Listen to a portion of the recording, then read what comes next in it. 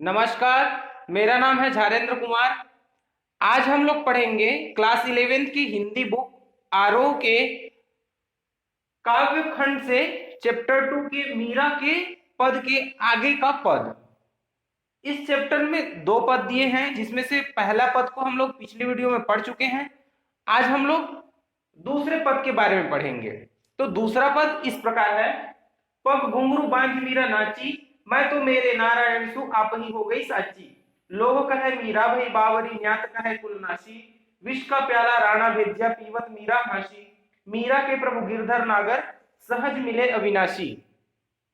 इसके भावार्थ को देखने से पहले हम देख लेते हैं कि इस पद में मीराबाई जो है क्या लिखी है। ठीक है, तो हम यह कर सकते हैं, इस पद से हमको यह जानकारी मिलती है कि मीरा जो है कृष्ण की प्रेम भक्ति में पूर्ण रूप से लीन हो गई है। वो अपने आप को पूर्ण रूप से कृष्ण का मान चुकी है, और जब ये इस प्रकार से आचरण करती है कि अपना वो सर्वस्व सब कुछ श्री कृष्ण को दे चुकी है, ऐसा बर्ताव करती है, तो उनके परिवार वालों को यह जो है अच्छा नहीं लगता है। तो मीराबाई को मारने के लिए उसके परिवार वाले जहर भेजते हैं।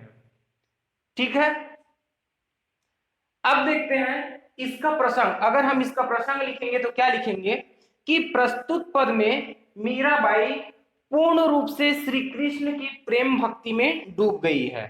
ठीक है, क्या लिखेंगे प्रसंग में, क्या लिखेंगे कि प्रस्तुत पद में मीराबाई श्री कृष्ण जी की प्रेम भक्ति में पूर्ण रूप से डूब गई है या लीन हो गई है। ठीक है, अब देखते हैं इस पद का भावार्थ। पग घुंघरू बांध मीरा नाची। पग मतलब होता है पैर, घुंघरू जो पैरों नाचने के समय पैरों में जो बांधी जाती है उसको बोलते हैं घुंघरू। बांधी मतलब बांधना, मीरा नाची। कि ये मीराबाई कृष्ण के प्रेम में इतना ज्यादा लीन हो गई है कि अपने पैरों में वह जो है घुंघरू बांध करके नाच रही है। फिर आगे है, मैं तो मेरे नारायण सु आप ही हो गई साची। वो बोलती है कि मैं तो मेरे नारायण सु, मैं तो उस नारायण का मतलब श्री कृष्ण की हूं।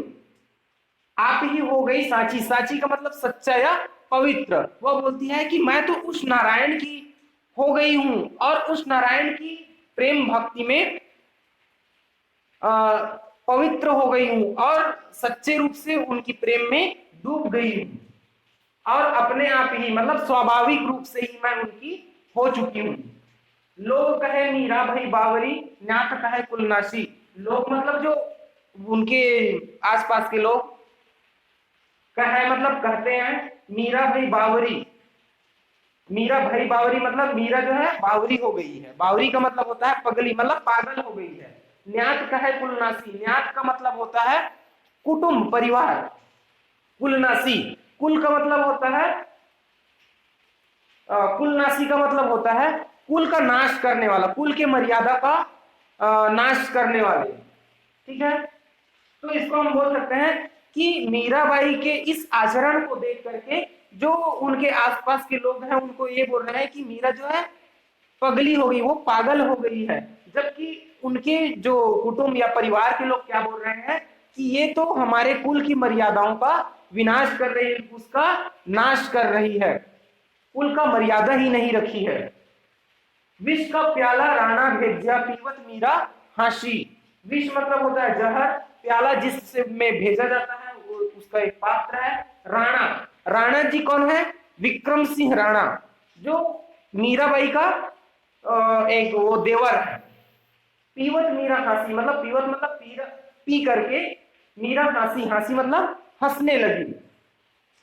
मीराबाई के इस आचरण को देखकर कि वो घुंघरू बांध कर नाच रही है और कृष्ण के प्रेम में पूर्ण रूप से वो डूब चुकी है, वो परिवार के और समाज के का जो किसी भी प्रकार से इज्जत का ख्याल नहीं रख रही है, मर्यादा का ख्याल नहीं रख रही है, तो राणा जी, मैंने बोला अभी विक्रम सिंह राणा जो उनके देवर थे, वो उनको मारने के लिए क्या भेजते हैं?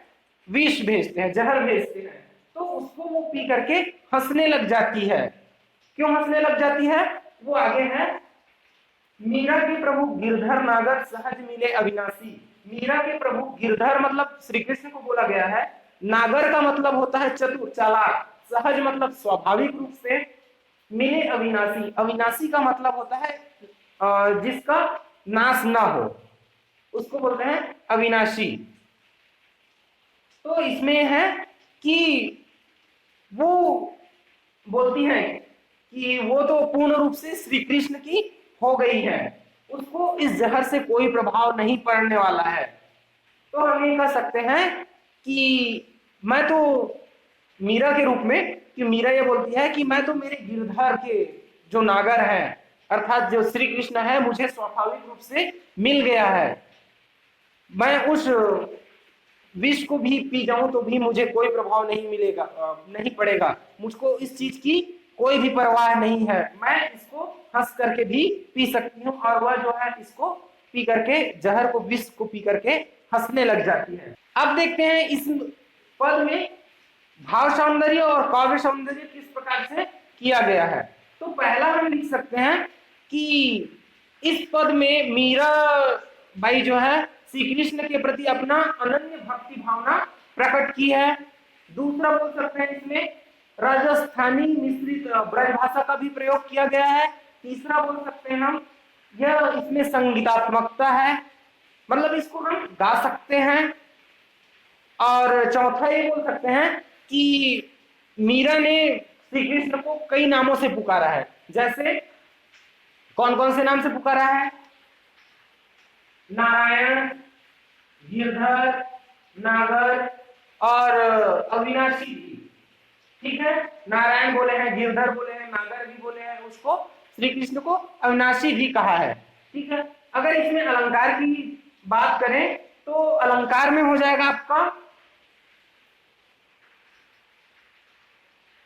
क है कुलनाशी, क है कुलनाशी, क का की आवृत्ति हो रही है तो इसमें क्या लिख सकते हैं हम? अनुप्रास अलंकार है। अगर इस पद को में कोई क्वेश्चन किया जाएगा तो किस प्रकार से क्वेश्चन आ सकता है वो देखते हैं। सबसे पहले तो ये इस पद का भाव लिखने के लिए आ जाएगा या किसी एक पंक्ति को दे दिया जाएगा और उस पंक्ति के बारे में, उसका जो भाव सौंदर्य लिखने के बारे में बोला जा सकता है, उसका जो भावार्थ है लिखने के लिए भी कहा जा सकता है। तीसरा और क्या सकता है